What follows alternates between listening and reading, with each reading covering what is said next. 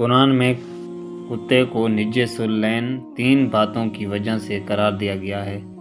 کتے کی وہ کون سی 3 فطرتیں ہیں جن کی وجہ سے وہ نجس جانور قرار پایا؟ پہلی فطرت یہ کہ وہ اس وقت جب اللہ تعالیٰ اپنی رحمتوں کا نزول شروع کرتا ہے، اپنی نعمتوں کی بارش کرتا ہے، وہ اس وقت منہ اندھے پڑھ کر سو جاتا ہے، یعنی ساری رات جاگتا رہے گا اور نزول رحمت خداوندی کے وقت اس پر نیند کا غلبہ آ جاتا ہے۔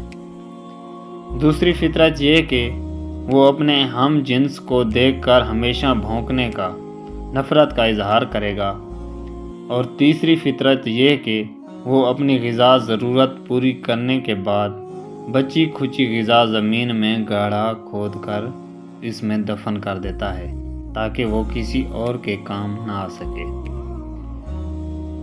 میرے پیارے دوستو، اس کے بعد کہ اگر یہ اتنا ہی نجس جانور ہے تو پھر وہ کتا جو کہ اصحاب کہف کا کتا تھا، اس کتے کے لیے جنت واجب کیوں قرار دی گئی؟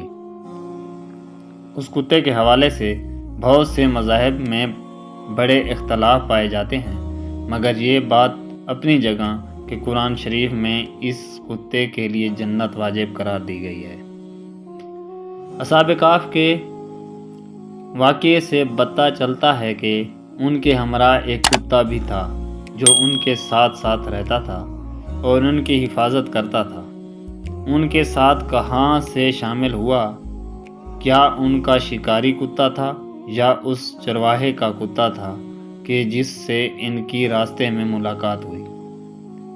اور جب چرواہے نے انہیں پہچان لیا تو اس نے اپنے جانور آبادی کی طرف روانہ کر دیے اور خود ان پاکزبہ لوگوں کے ساتھ ہو لیا، کیونکہ وہ حق کی تلاش اور دیدار الہی کا طالب انسان تھا۔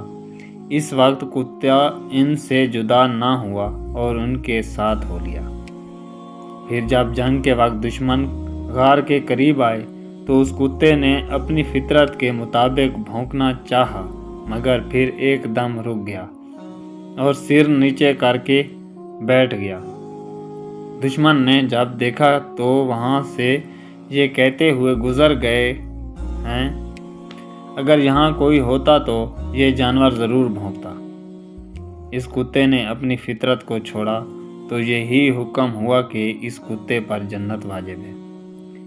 یہ تمام باتیں تفصیل سے بتانے کا مقصد یہ تھا کہ جب یہ بحث چل رہی تھی تو میرے ذہن میں ایک عجیب سی کشمکش، ایک عجیب سی بے چینی تھی۔ مجھے رونا آ رہا تھا۔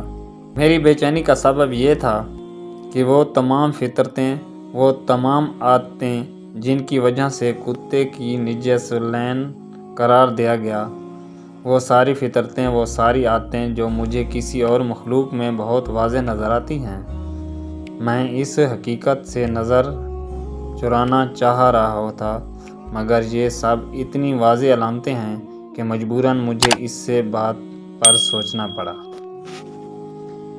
عزیز دوستو، نہایت معذرت کے ساتھ، لیکن آپ خود فیصلہ کیجئے گا، کیا یہ سب عادتیں ہم جیسے اشرف المخلوقات کے نام سے جانتے ہیں ان میں نہیں پائی جاتی؟ میں اور آپ اس عادت کا، اس فطرت کا شکار نہیں ہیں کہ ساری رات اپنے بے جا مصروفیات میں جاگ کر طلوع آفتاب کے وقت سو جانا کیا میری اور آپ کی روٹین کا حصہ نہیں ہے؟ اپنے ہی بہن بھائیوں کو نفرت سے دیکھنا، ان کے لیے آسانیاں پیدا کرنے کی بجائے مشکلات پیدا کرنا میری اور آپ کی فطرت کا حصہ نہیں؟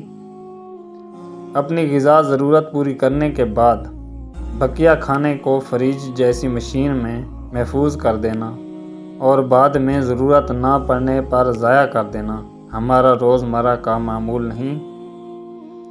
ان سب باتوں کا جواب شاید ہم میں سے کسی کے پاس نہ ہو۔ پھر میرا رب، میرا پروردگار تمام جہانوں کا پالنے والا ہے، 70 ماؤں سے زیادہ محبت کرنے والا، ہمیں اتنی بڑی مثال دے کر سمجھا رہا ہے کہ اصحاب کہف کے کتے نے اپنی صرف ایک فطرت چھوڑی تو اس پر جنت واجب ہو گئی، تو پھر ہم جیسے میرے رب نے اشرف المخلوقات کا درجہ دے کر اپنی سب سے پیاری مخلوق بنا دیا، اگر اپنی صرف ایک فطرت بھی چھوڑ دیں تو کیا رب العالمین میرا سونا رب باری تعالیٰ جو صرف اس بات کا منتظر رہتا ہے کہ کب اس کا بندہ اس سے مغفرت کے لیے رجوع کر لے، کیا وہ اپنی رحمتوں سے ہماری بخشش نہیں کرے گا؟ جزاک اللہ خیر۔ دوستو، اگر یہ ویڈیو پسند آئی ہو تو اس ویڈیو کو لائک کر دینا، کمنٹ کر دینا اور ہمارے چینل کو سبسکرائب کر دینا۔ جزاک اللہ۔ اللہ آپ کو سلامت رکھے۔